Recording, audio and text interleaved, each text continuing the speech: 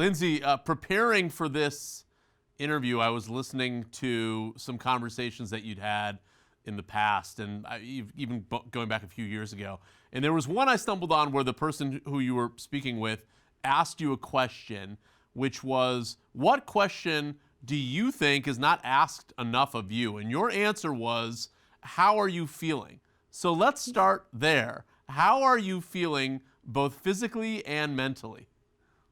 Thank you. I appreciate the question. I'm doing better, thanks. It's been quite the ride. Definitely some low moments there, but I'm finally making progress. I'm on crutches now.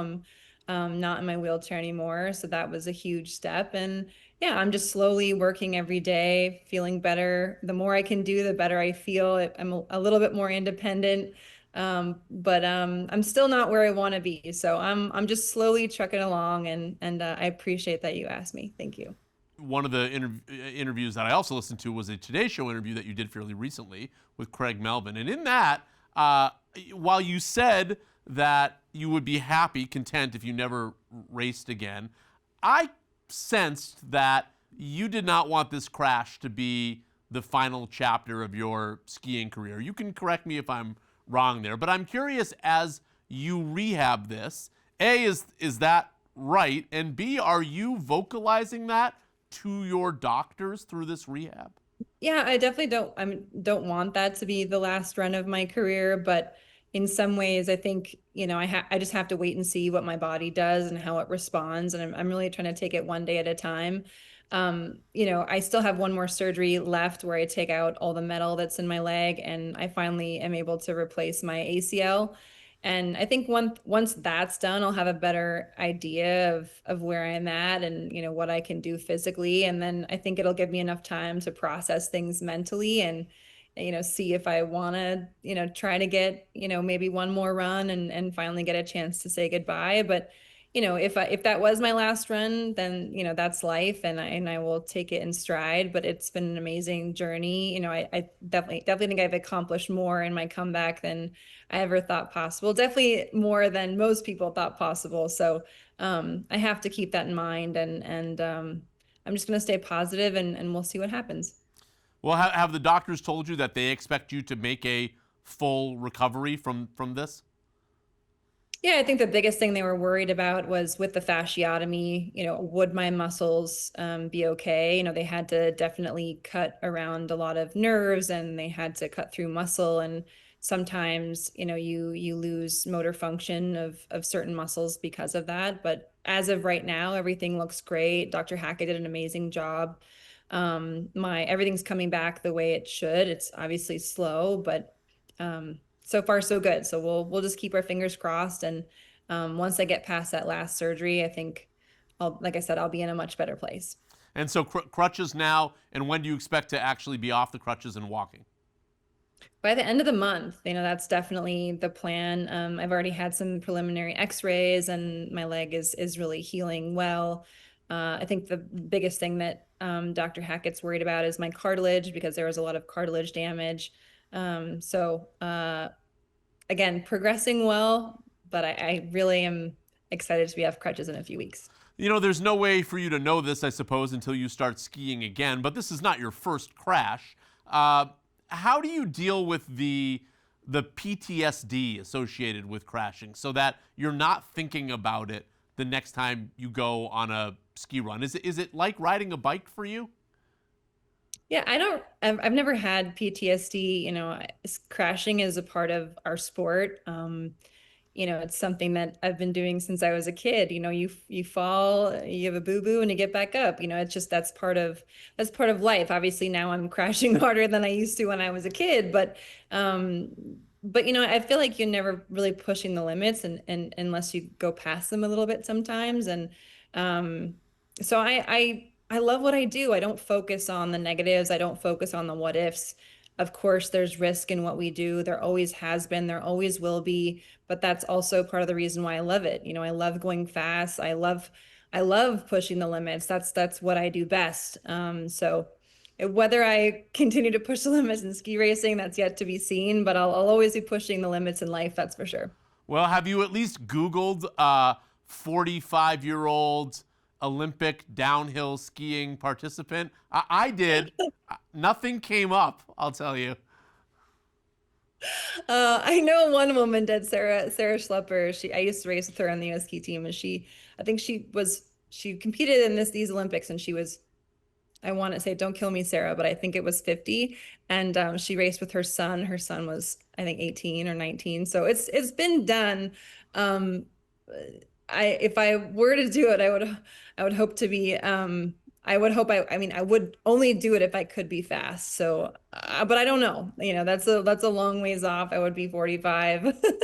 45 the next Olympics is, that might be a little bit too much, but we'll see. I mean, there's another athlete that is going through a process right now where they're trying to deal with injuries and getting older, and it's one that you know very well, and that's Tiger Woods, as we're on the verge of the Masters. And I'm curious, as you look at Tiger and what he's going through, does that give you inspiration because this is someone who's fighting back at time? Or is he more of a cautionary tale in the sense of, look, sometimes this can kind of take over your life in negative ways?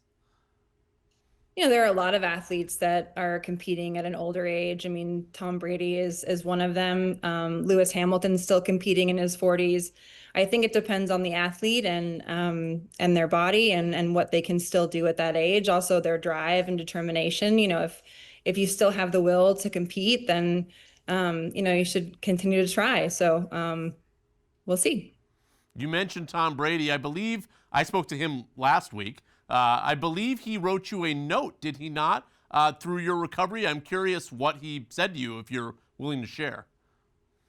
Yeah, Tom and Beckham and, a lot of people wrote me, Ronaldo and Sultan. They all said, they just wish me the best. And some of them had longer, more encouraging messages. Some were short and sweet, but I was just so thankful for all of the messages and all of the support. I think, we have a small community of athletes that we stay in touch and we're friends and we kind of all understand the difficulties, the pressures, the amount of stress we're putting on ourselves and our bodies, especially at our age. LeBron, we're both 41, and so we're still going strong, and I think we have a lot in common in that way. So yeah, it's been really great to just receive all that support from so many different athletes and such an elite caliber of athletes as well. I know you are an investor. You invest in Angel City, the women's soccer team, League One volleyball. I'm curious, a couple questions about the business of skiing. It strikes me that there probably aren't that many people that can make a living off skiing. In fact, I'll ask you the question, like, as you were a child and decided this is what I want to do with my life, how did you manage kind of that ROI question? Like, how am I going to compete professionally? How many skiers would you say can even make a good living doing this? Not many, that's for sure. I had a great conversation with my dad when I was a kid. We were talking about my goals and where I wanted to be in life. And, he definitely made it very clear that I had to be more than a ski racer if I wanted to make enough money to the point where I didn't have to work after skiing. And so I always had that in mind. I was always very conscious of that. And I put in the work. I really tried to develop myself as a person, not just as a ski racer. And I think that's opened a lot of doors for me to be able to now, make investments in the Utah Royals and, the LAFC and, all of these amazing women's sports teams and, make enough money to be able to do those types of things. So that's all been the result of years and years and years of hard work. But it is exceptionally hard in ski racing and in general Olympic sports to really make a decent living.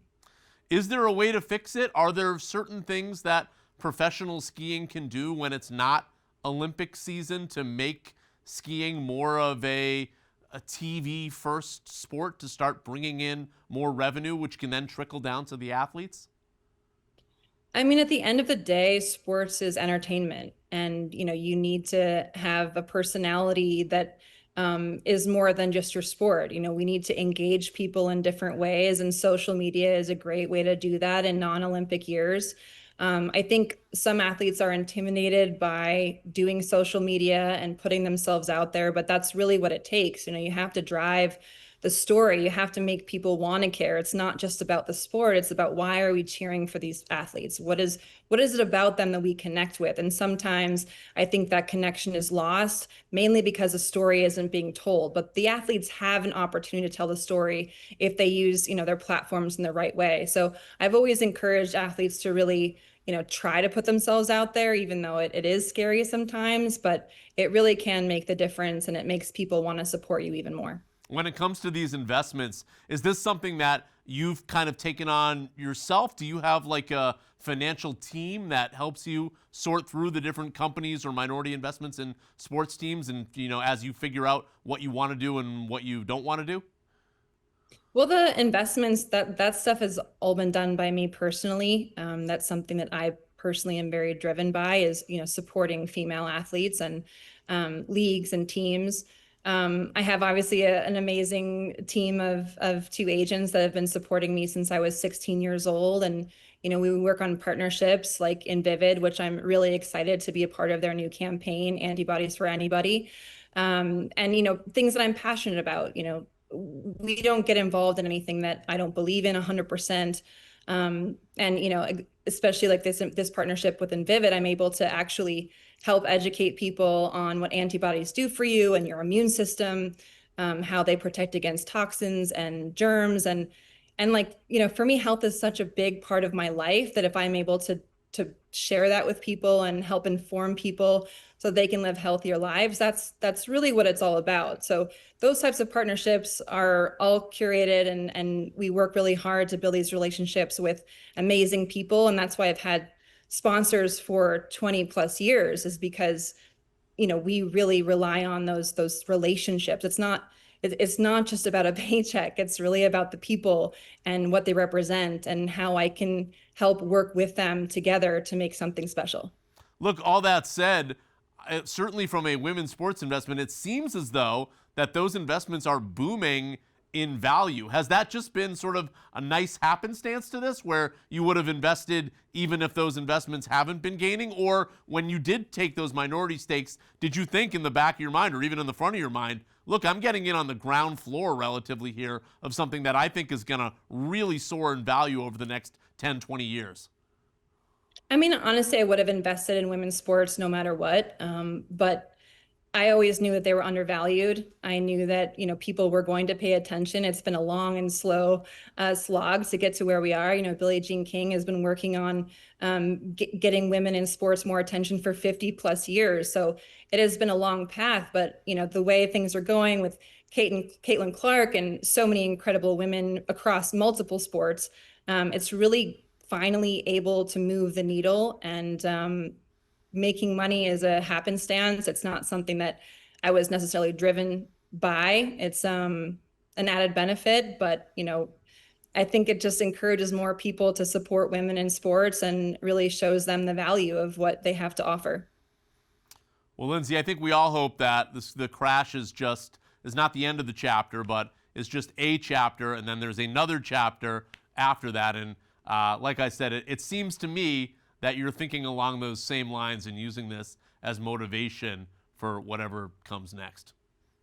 Yeah, absolutely. This is just one chapter of many. I have a lot more to write in the future, and I'm really excited about what's to come. So I hope everyone follows along. We'll see what happens. I have no idea. Thanks for joining us, Lindsey. Appreciate it. Good luck. Thank you. Appreciate it. Thank you.